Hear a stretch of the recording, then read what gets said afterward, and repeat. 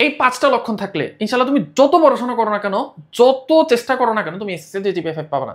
সেই 5টা লক্ষণ আমি হচ্ছে এই ভিডিওতে বলতেছি, একদম শেষ পর্যন্ত দেখো এবং আমাকে কমেন্ট বক্সে জানাও কোন কোন লক্ষণ তোমার মধ্যে আছে এবং আগামী 1 সপ্তাহের মধ্যে তুমি কোন কোন লক্ষণ চেঞ্জ করবা। 1 সপ্তাহ পরে এসে আবার এই ভিডিওতে কমেন্ট করে দিয়ে যাবা যে ভাই আমি এই লক্ষণ চেঞ্জ করছি। সো প্রথম যে বৈশিষ্ট্য সেটা হচ্ছে প্রতিদিন তোমার মোটিভেশন দেওয়া লাগে, প্রতিদিন তোমার মোটিভেশনাল ভিডিও দেখা লাগে, তোমার প্রতিদিন হচ্ছে ভাইয়াদের কথা শোনা লাগে। এই ধরনের স্টুডেন্ট হলে তুমি জীবনে এসএসসিতে জিপিএ 5 পাবে না। কারণ তুমি চিন্তা করে দেখো, তুমি যদি তোমার আশেপাশ থেকে মোটিভেশন না নিতে পারো, তুমি পরীক্ষায় খারাপ করে দেখে তোমার আত্মীয়স্বজন তোমার বাবা মাকে কথা শোনায়, তুমি কোনো একটা কিছু কিনতে গেলে বাবাকে 10 বার বলা লাগে, মাকে 20 বার বলা লাগে, এই জিনিসগুলো যদি হচ্ছে তোমাকে মোটিভেট না করে পড়াশোনার জন্য, তাহলে তুমি জীবনেও কি করতে পারবে না, এসএসসিতে জিপিএ 5 পাবে না। কারণ এসএসসিতে জিপিএ 5 পাইতে হলে তোমাকে কমপক্ষে 3 মাস টানা পড়াশোনা করতে হবে। এই 3 মাস টানা পড়াশোনা করার জন্য তোমার কনস্ট্যান্ট নিজের একটা মোটিভেশন থাকা লাগবে। তুমি প্রতিদিন যদি মোটিভেশনাল ভিডিও দেখতে হয় তোমার, তাহলে তুমি জীবনেও জিপিএ 5 পাবে না। নেক্সট, নো রুটিন, নো লক্ষ্য।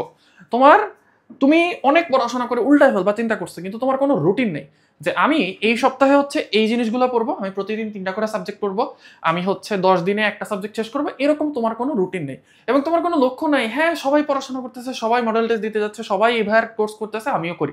এই ধরনের যদি তোমার কোনো টেন্ডেন্সি থাকে, তাহলে তুমি জীবনেও জিপিএ 5 পাবা না।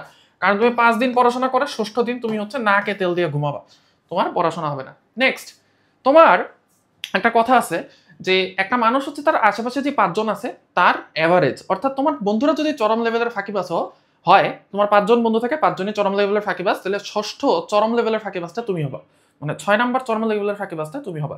তোমার বন্ধুরা যদি এরকম থাকে যে পড়াশোনা করে না, সারাদিন রিলস দেখে, টিকটক করে, ফেসবুক চালায়, এই ভাইয়ের পোস্টে কমেন্ট করে, ওই ভাইয়ের পোস্টে কমেন্ট করে, হানি আমির আসছে, ওই আমির আসছে, এই হানিয়া গরিব আসছে, এইসব পোস্টে যারা কমেন্ট করে বা এই ধরনের যদি কোনো বন্ধুরা থাকে তোমার, তাহলে তুমি কি পাবা না, তুমি হচ্ছে জিপিএ 5 পাবা না। জিপিএ 5 এর চিন্তা ভুলে যাও।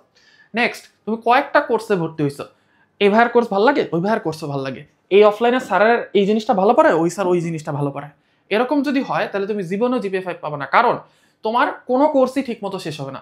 তোমার সাবজেক্ট হচ্ছে অনেকগুলা, এই এতগুলা সাবজেক্ট শেষ করার জন্য তোমাকে অন্তত একটা কোর্স খুব ভালো করে কমপ্লিট করতে হবে। যদি তুমি সেটা করতে না পারো, তাহলে তুমি জীবনেও জিপিএ 5 পাবা না।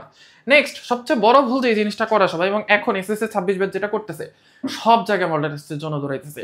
এই স্যারের কাছে একটা, ওই স্যারের কাছে আরেকটা, এই কোচিং এ একটা, ওই ভাইয়ের কাছে আরেকটা, বাসার ভাইয়ের কাছে আরেকটা, এরকম করে হচ্ছে কন্টিনিউয়াসলি। তুমি যদি মডেল টেস্ট দাও, তোমার যদি ঠিকমতো পড়াই না হয়, ভাই কথা হচ্ছে তুমি যদি পড়াশোনাই না করো, তুমি যদি নাই জানো, তাহলে মডেল টেস্ট দিয়ে লাভ কি?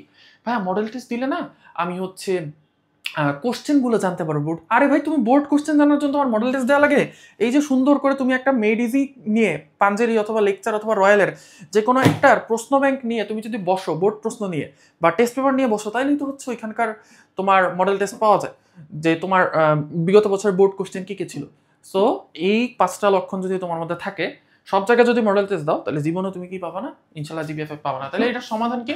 সমাধান হচ্ছে যে কোনো একটা জায়গায় মডেল টেস্ট দিবা যেটা তোমার ভালো লাগে। তুমি হইলে পারে যে প্রত্যেকটা সাবজেক্টের জন্য একটা স্যারের কাছে মডেল টেস্ট দিচ্ছ, অথবা কোনো একটা কোচিংয়ে সব সাবজেক্টের মডেল টেস্ট একসাথে দিচ্ছ। সো এই ভুলগুলো, এই 5টা ভুল এসএসসিতে কইরো না।